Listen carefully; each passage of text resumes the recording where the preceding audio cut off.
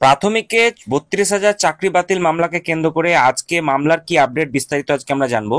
তো এই নিয়ে আজকে বিচারপতি একাধিক সওয়াল জবাব করেছেন এবং দুর্নীতি হয়েছে তা জেনেও কেন সবাই চুপ, এই প্রশ্ন তিনি কিন্তু করেছেন। তার উত্তরে বিচারপতি অনিন্দ্য চক্রবর্তী তিনি কি জানিয়েছেন এবং সেক্ষেত্রে এই মামলা কোন মোড় নিতে চলেছে, আগামী দিনে কি তাহলে ৩২,০০০ চাকরিও কি বাতিল হওয়ার একটা সম্ভাবনা দেখা যাচ্ছে, বিস্তারিত কি আপডেট চলুন এই ভিডিওর মাধ্যমে আমরা জানার চেষ্টা করব। তার আগে বলি বন্ধুরা, আপনারা যারা আমাদের চ্যানেলের সাথে যুক্ত আছেন তারা জানেনই এই চ্যানেলের প্রত্যেকটা ভিডিও কিন্তু দরকারি, তাই কেউ এখনো যদি আমাদের চ্যানেলটা সাবস্ক্রাইব করে না থাকেন তাহলে অবশ্যই আমাদের চ্যানেলটা সাবস্ক্রাইব করতে ভুলবেন না এবং পাশে থাকা বেল আইকনটি ক্লিক করে দেবেন যাতে নতুন আপডেট আসলে আপনার ফোনে পৌঁছে দিতে পারে। আমরা এই চ্যানেলে কিন্তু প্রত্যেকদিন নতুন নতুন লেটেস্ট আপডেট নিয়ে আসছি সরকারি এবং চাকরি রিলেটেড, তো তার জন্য অবশ্যই আমাদের চ্যানেলটা সাবস্ক্রাইব করে দেবেন এবং পাশে থাকা বেল আইকনটি ক্লিক করে অল নোটিফিকেশন করে দেবেন। দুর্নীতি হয়েছে যেন সবাই চুপ থাকবে, ৩২,০০০ চাকরি বাতিল মামলায় প্রশ্ন তুলল হাইকোর্ট। দুর্নীতি ধরা পড়লে চাকরি বিক্রিতে প্রশাসনের কর্তা ব্যক্তিরা জড়িত আছেন তা দেখলেও কি এক বিচারপতি চুপ থাকতে পারবেন? তো এই প্রশ্ন কিন্তু করা হয়েছে ৩২,০০০ চাকরি বাতিল মামলায়। এমনই প্রশ্ন করেছে কলকাতা হাইকোর্টের বিচারপতি তপব্রত চক্রবর্তী। তার পর্যবেক্ষণ, সবাই চুপচাপ থেকে গেছে, দুর্নীতি হয়েছে অথচ হস্তক্ষেপ করতে বারণ করছে। ২০১৬ সালে শিক্ষক নিয়োগ প্রক্রিয়ায় অংশ নিয়ে যারা ২০১৭ সালে নিয়োগ পেয়েছিলেন তাদের মধ্যে একাংশের চাকরি চলে যায় ২০২২ সালের সেপ্টেম্বর মাসে। তখন অনুতীর্ণ প্রার্থীরা আদালতে দ্বারস্থ হয়ে নিয়োগ বাতিলের দাবি তোলেন। তো মঙ্গলবার অর্থাৎ আজকে শুনানিতে বিচারপতি তপব্রত চক্রবর্তীর এজলাসে চাকরি হারানো ৭০৫ জনের পক্ষে সওয়াল করেছেন সিনিয়র আইনজীবী অনিন্দ্য মিত্র। জানান যে ৭০৫ জন প্রার্থী পরীক্ষায় উত্তীর্ণ হয়েছিলেন, ২০১৬ সালে নিয়োগ প্রক্রিয়ায় অংশ নিয়েছিলেন, ২০১৭ সালে তাদের নিয়োগ করা হয়।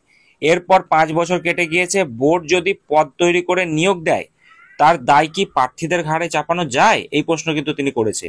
এবং সেক্ষেত্রে বিচারপতি তপব্রত চক্রবর্তী প্রশ্ন তুলছেন যে কত শূন্যপদ ছিল, কতজন অপ্রশিক্ষিত প্রার্থী নিয়োগ পেয়েছেন।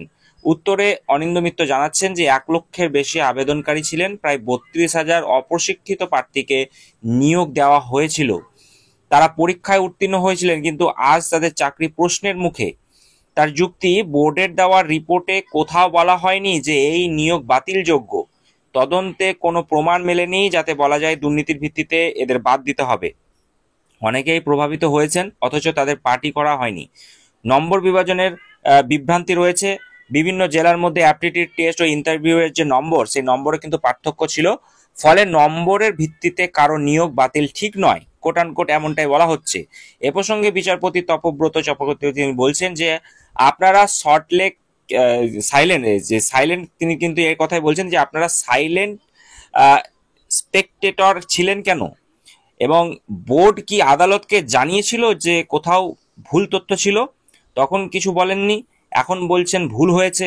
অনিন্দ্য মিত্র তিনি জবাব দিচ্ছেন, বিচারপতি কি একবারও বলেছেন যে ১৪.১৯ নম্বর বেঞ্চমার্ক ছিল?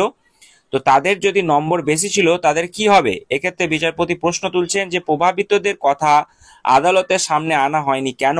তো আইনজীবী বক্তব্য, ক্রস চেক না করে কিছুই প্রমাণ করা যায় না। বোর্ডের দায়িত্ব ছিল বিষয়টি খতিয়ে দেখা। ২০টি জেলার মধ্যে মাত্র ৪টি জেলা থেকে ইন্টারভিউয়ার কিন্তু ডাকা হয়েছিল। এতে প্রশ্ন থেকেই যাচ্ছে, দুর্নীতি হলে বোর্ড দায়ী, চাকরি যাবে কেন?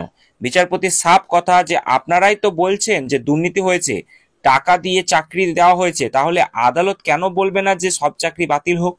এই পরিপ্রেক্ষিতে আইনজীবী চান যে একটা স্বাধীন সংস্থা গঠন করে পুরো বিষয়টি খতিয়ে দেখা হোক, কিন্তু বিচারপতি সন্দেহ সেই সংস্থাও যদি প্রভাবিত হয়, এই কথা কিন্তু আজকে হয়েছে।